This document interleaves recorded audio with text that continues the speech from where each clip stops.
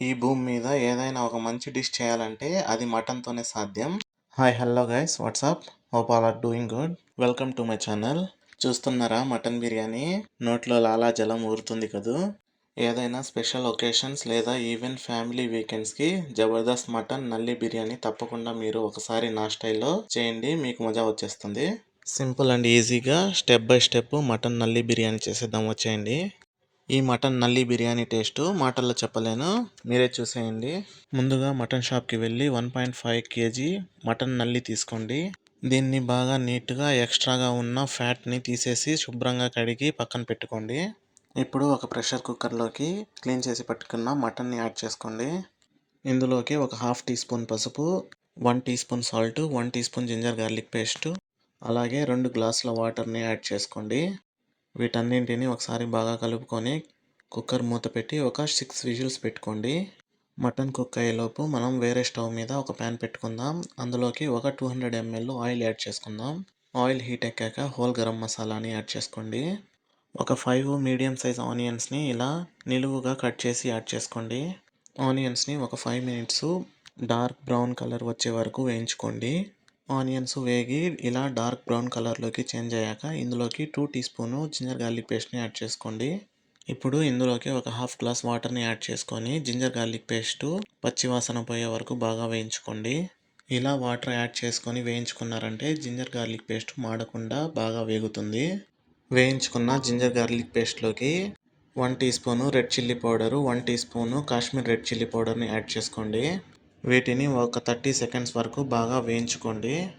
ఇలా వేయించుకున్న మసాలాలోకి ఒక 4 మీడియం సైజు ఎర్రగా పండినటువంటి టమాటోల్ని స్లైసెస్లా కట్ చేసుకొని యాడ్ చేసుకోండి. వేసుకున్న టమాటోల్లోకి ఒక 1 టీ స్పూన్ సాల్ట్ని యాడ్ చేసుకొని బాగా కలుపుకొని మూత పెట్టి టమాటోల్ని బాగా మగ్గించుకోండి. ఒక 2 మినిట్స్ తర్వాత మూత ఓపెన్ చేసి బాగా కలిపి టమాటోలు మగ్గాక ఇందులోకి బేసిక్ మసాలా పొడుల్ని యాడ్ చేసుకోండి. ఒక 3 టీ స్పూను ధనియా powder, half teaspoon garam masala powder, ఒక 2 టీ స్పూను మటన్ మసాలా పౌడర్ని యాడ్ చేసుకోండి. వీటన్నింటిని బాగా ఒకసారి కలుపుకోండి. ఇందులోకి ఫైన్ చాప్ చేసి పెట్టుకున్న కొత్తిమీర పుదీనాని యాడ్ చేసుకోండి. వీటిని కూడా ఒకసారి బాగా కలుపుకొని మూత పెట్టి ఒక 1 మినిట్ వరకు కుక్ చేసుకోండి. మసాలా బాగా ఎర్రగా వేగింది కదా, ఇప్పుడు ఇందులోకి చిక్కటి పెరుగుని యాడ్ చేసుకోండి. వేసుకున్న పెరుగుని మసాలాలతో బాగా కలుపుకొని మూత పెట్టి ఒక 3 మినిట్స్ నూనె బాగా పైకి తేలే వరకు కుక్ చేసుకోండి. వేసుకున్న మసాలాలు బాగా కుక్ అయ్యి నూనె పైకి తేలుతూ ఉంది కదా, ఇప్పుడు ఇందులోకి ఫస్ట్ ప్రెషర్ కుక్ చేసి పెట్టుకున్న మటన్ని యాడ్ చేసుకుందాం. మటన్ని మనం ప్రెషర్ కుక్కర్లో ఒక 80% వరకు మాత్రమే ఉడికించుకోవాలి. మిగతా 20% మసాలాలు కుక్ అవ్వాలి. అప్పుడే మన బిర్యానీ అనేది టేస్ట్ అనేది బాగా వస్తుంది. ఇప్పుడు వేసుకున్న మటన్ని మసాలాలతో పాటు బాగా ఒకసారి కలుపుకొని ఒక 20 మినిట్స్ వరకు కుక్ చేసుకుందాం మసాలాలో. మటన్ని మసాలాలో కలుపుకున్నాక ఇప్పుడు మూత పెట్టేసి మధ్య మధ్యలో మూత తెరిచి కలుపుతూ మటన్ని పూర్తిగా బాగా కుక్ చేసుకుందాం. ఇప్పుడు మటన్లోకి ఒక 2 టీ స్పూను నెయ్యి కానీ లేదా బటర్ కానీ యాడ్ చేసుకుందాం. దీనివల్ల మటన్లోకి ఒక మంచి ఫ్లేవర్ అనేది వస్తుంది. ఇప్పుడు మటన్ని చెక్ చేసుకోండి, మటన్ ఎంతవరకు ఉడికిందా అని. మటన్ ఆల్మోస్ట్ కుక్ అయిపోయింది. ఫ్లేమ్ సిమ్లో పెట్టి మూత పెట్టేసుకుందాం. ఇప్పుడు మనం రైస్ కోసం వేరొక ప్యాన్ పెట్టుకొని అందులోకి ఒక 50 ml ఆయిల్ని యాడ్ చేసుకుందాం. ఆయిల్ వేడెక్కాక హోల్ గరం మసాలాని యాడ్ చేసుకుందాం.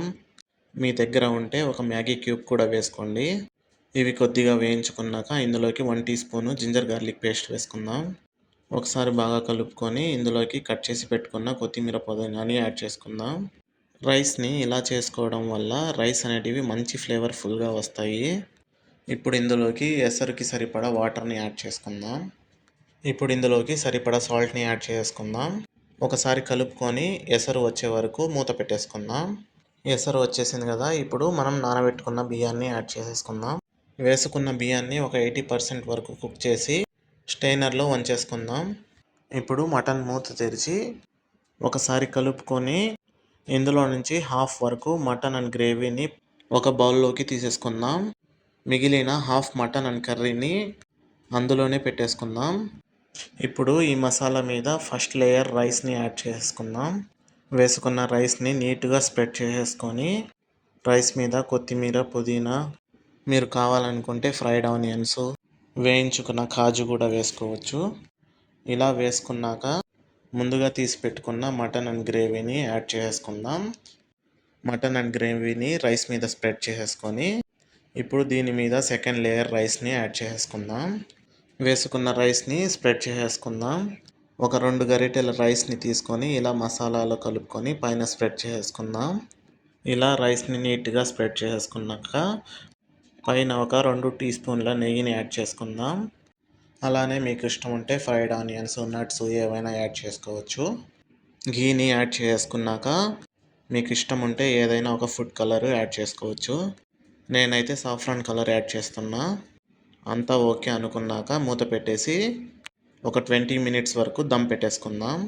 ఒక 20 మినిట్స్ తర్వాత మూత ఓపెన్ చేస్తే super juicy flavourful authentic Hyderabadi నల్లి గోష్క బిర్యానీ అయితే రెడీ. ఇంకేముంది, సర్వింగ్ బౌల్లో సర్వ్ చేసేసుకుందాం. దీని టేస్ట్ అయితే మాటల్లో చెప్పలేను, అంత గొప్పగా ఉంది. ది బెస్ట్ మటన్ బిర్యానీ ఇలా ఒకసారి నా స్టైల్లో ట్రై చేయండి. ఇంతకీ మీరెప్పుడు ట్రై చేస్తున్నారు ఈ నల్లి గోష్ బిర్యానీని? ట్రై చేసి ఎలా వచ్చిందో పక్కా కామెంట్ చేయండి. నచ్చితే లైక్ చేసి సబ్స్క్రైబ్ చేసుకోవడం మాత్రం మర్చిపోకండి. మరో మంచి రెసిపీతో మళ్ళీ కలుద్దాం. Bye guys.